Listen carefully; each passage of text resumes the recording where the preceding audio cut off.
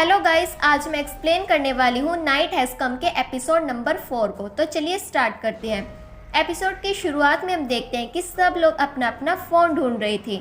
एक एक करके सबको एग्जीक्यूट करने का अनाउंसमेंट हो रहा था, इसलिए जितना जल्दी हो सके सबको वोट करना होगा। तभी हम एक लड़की को देखते हैं जिसकी आंखें वाइट हो जाती है। वो एक स्टिक लेकर सीधे अपने गले में घुसा देती है। अब सब लोग चिल्लाने लगते हैं और कहते हैं अगर उन्होंने वोट नहीं किया तो वो भी मारे जाएंगे, लेकिन उन्हें समझ ही नहीं आ रहा था कि वो किसे वोट करे। साथ ही हम देखते हैं कि जैंग को अपना फ़ोन मिल ही नहीं रहा था। तभी क्योंगजुन उसका फ़ोन उठाकर टेबल के नीचे फेंक देता है। क्योंगजुन ने ये जानबूझकर किया था क्योंकि जैंग ने उसे मारा था। वहीं सोमी को उसका फ़ोन मिल जाता है और वो यून्हा की ओर देखती है जिससे उसकी लड़ाई हुई थी। सोमी यून्हा को वोट करती है और यून्हा सोमी को। अब एक एक करके सारे लोग यून्हा को वोट देने लगते हैं। इस तरफ जैंग अपना फ़ोन ढूंढ ही रहा था। उसके बाद सोमी जुनही को उसका फ़ोन लाकर देती है। जुनही कहता है कि हमें योनसियो का फ़ोन भी ढूंढना होगा, पर सोमी कहती है कि तुम पहले वोट करो, हम योनसियो का फ़ोन बाद में ढूंढेंगे। तभी जियोंग योनसियो को उसका फ़ोन लाकर देती है और कहती है कि सभी ने यून्हा को वोट दिया है तो तुम भी उसे ही वोट दे दो। योनसियो कहती है कि अगर हमने यून्हा को वोट दिया तो वो पक्का मारी जाएगी, इसलिए हमें किसी और को वोट देना होगा ताकि वोट आधा बन जाए। फिर योनसियो जियोंग और दाबियोम से कहते कि तुम एक दूसरे को वोट करो। उसके बाद वो जुनही से कहते कि तुम मुझे वोट करो और मैं तुम्हें वोट करूंगी। इस तरफ जैंग अपना फ़ोन ढूंढ रहा था, लेकिन उससे पहले उसके एग्जीक्यूशन का अनाउंसमेंट हो जाता है। ना ही उसे रोकने की बहुत कोशिश करती है, लेकिन जैंग नहीं रुकता, क्योंकि एक बार अगर एग्जीक्यूशन का अनाउंसमेंट हो गया तो वो इंसान चाह कर भी नहीं रुक सकता। ये सब कुछ क्योंगजुन की वजह से हुआ था, क्योंकि उसने जैंग का फ़ोन टेबल के नीचे फेंक दिया था। फिर जैंग सीधे ऊपर जाता है और फांसी पर लटक जाता है। तभी एकदम से लाइट आ जाती है और एक और अनाउंसमेंट होती है कि यून्हा को ही मैक्सिमम वोट मिले हैं, इसलिए उसे ही एग्जीक्यूट किया जाएगा। वो एक सिविलियन है। फिर यून्हा सोमी के पास जाती है और कहती है मैंने कहा था ना कि मैं एक सिविलियन हूँ, पर किसी ने भी मेरा विश्वास नहीं किया। फिर वो भागकर बिल्डिंग से बाहर चली जाती है।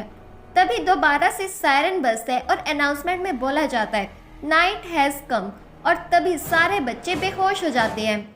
अगले सीन में हम देखते हैं कि कोई किसी का गला दबा रहा था। तभी एकदम से सुबह हो जाती है और योनसियो की आंखें खुलती है। उसे सांस लेने में तकलीफ हो रही थी। वो एकदम से अपना पंप यूज़ करती है क्योंकि उसे अस्थमा था।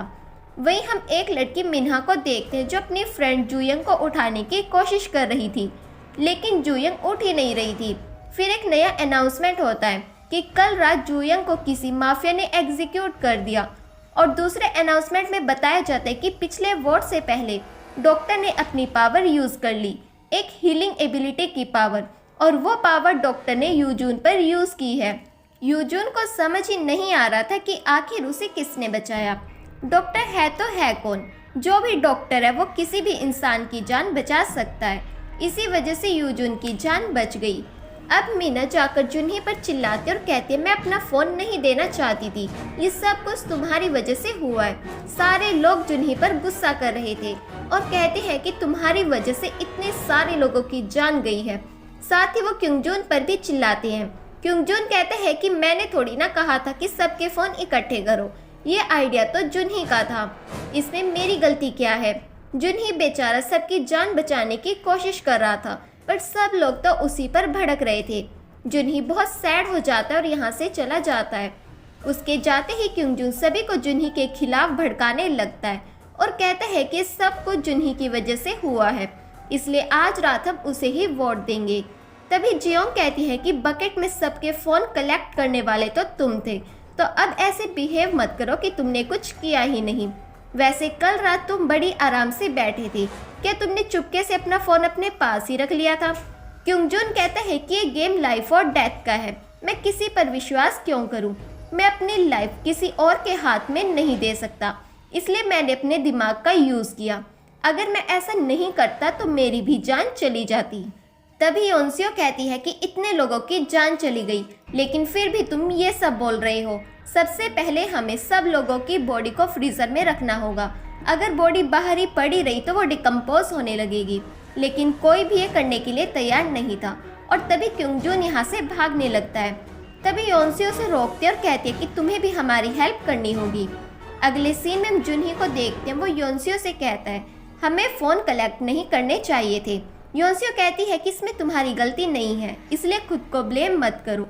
जब तक ये गेम खत्म नहीं हो जाती तब तक कोई ना कोई मरता रहेगा, इसलिए दुखी होने से अच्छा है कि ये पता करो कि हम यहाँ से बाहर कैसे निकलें। फिर योनसियो यहाँ से जाने लगती है तो वहाँ रख के डब्बे अपने आप ही नीचे गिर जाते हैं। योनसियो जैसे ही वहाँ चेक करने के लिए जाती है तो उसे एक छोटा सा दरवाज़ा मिलता है। योनसियो जैसे ही अंदर जाने लगती है तो अंदर से एक अजीब सी लड़की बाहर आती है। योनसियो डर के कारण वहीं पर बेहोश हो जाती है और ऐसा लग रहा था कि मानो कोई उसका गला दबा रहा हो। आवाज़ सुनकर जुनही अंदर आता है।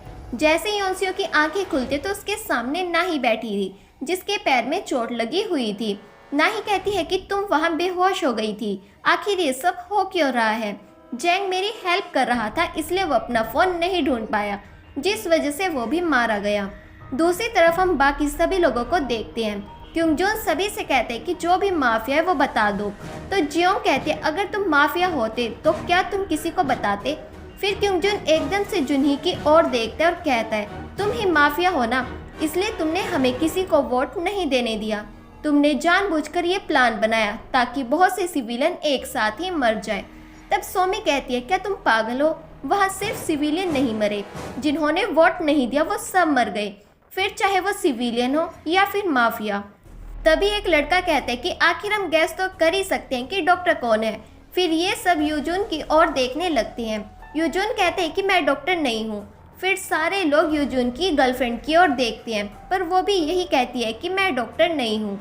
यूजुन कहते हैं कि मुझे नहीं पता कि डॉक्टर ने अपनी पावर मेरे ऊपर क्यों यूज़ करी, लेकिन मैं डॉक्टर नहीं हूँ। तभी यूजुन की गर्लफ्रेंड सोमी से कहती है तुमने कहा था कि युनहा माफिया है और तुम्हारे कहने पर सब लोगों ने युनहा को वोट दिया। तुमने युनहा को क्यों फंसाया? क्या इसलिए कि उसने तुम्हें एक्सपोज किया था? सोमी कहती है कि मेरे पास कोई और ऑप्शन नहीं था, वो मुझे वोट कर रही थी इसलिए मैंने उसे वोट किया। फिर सोमी मीना से पूछती है कि क्या तुम माफिया हो, क्योंकि मैंने सुना था कि कल रात तुम्हारे और जुयंग के बीच बहुत आर्ग्यूमेंट हुआ। मीना कहती है कि वो बस एक आर्ग्यूमेंट था, उसके लिए मैं जुयंग को क्यों मारूंगी।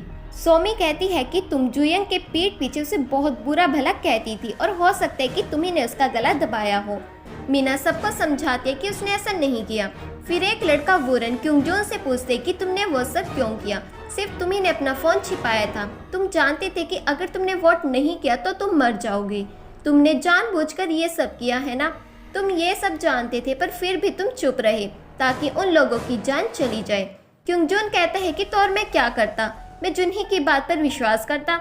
वुरन कहता है कि अगर तुम जुनही पर विश्वास नहीं करते तो तुमने हमें विश्वास क्यों दिलाया कि हमें जुनही पर ट्रस्ट करना चाहिए।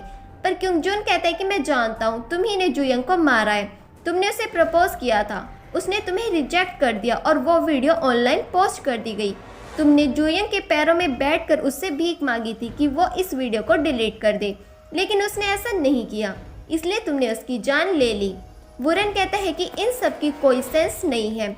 क्योंगजून कहता है कि तुम ही माफिया हो, तुमने सबसे पहले जुवन को मारा ताकि तुम पर शक ना जाए, क्योंकि अगर तुम डायरेक्टली जुयंग को मारते तो शक सीधा तुम्हारे ऊपर जाता। और फिर क्योंगजून आज रात के लिए वुरन को वोट दे देता है। क्योंगजून के दोनों दोस्त भी वुरन को ही वोट देते हैं। फिर ये तीनों यहाँ से बाहर चले जाते हैं। क्योंगजून का फ्रेंड उसे कहता है तुम्हें क्या लगता है कि वो सब तुम्हारे अगेंस्ट तो नहीं जाएंगे ना? अगर सबने मिलकर तुम्हें वोट दे दिया तो? फिर बाहर निकलने के बाद मीना भी वुरन को वोट दे देती है और कहती है कि क्योंगजून सही बोल रहा था।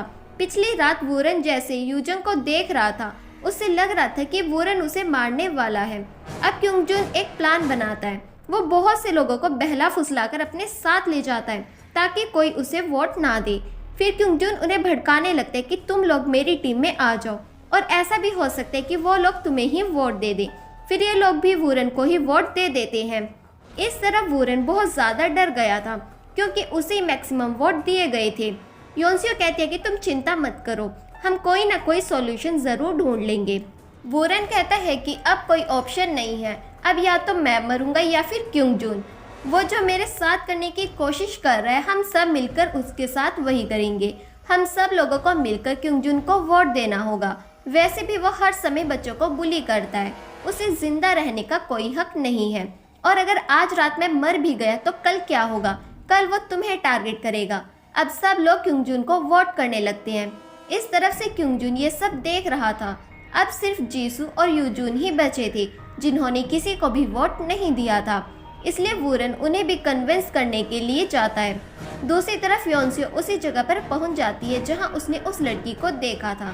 जैसे योन्सियो अंदर जाती है तो वहां एक बहुत बड़ा सा टनल होता है जहां बहुत अंधेरा था। वो एक जगह पर पैर रखते और सीधे नीचे गिर जाती है। जियोंग उसे आवाज देने की कोशिश कर रही थी। योन्सियो को अचानक होश आता है और वो आगे बढ़ने लगती है।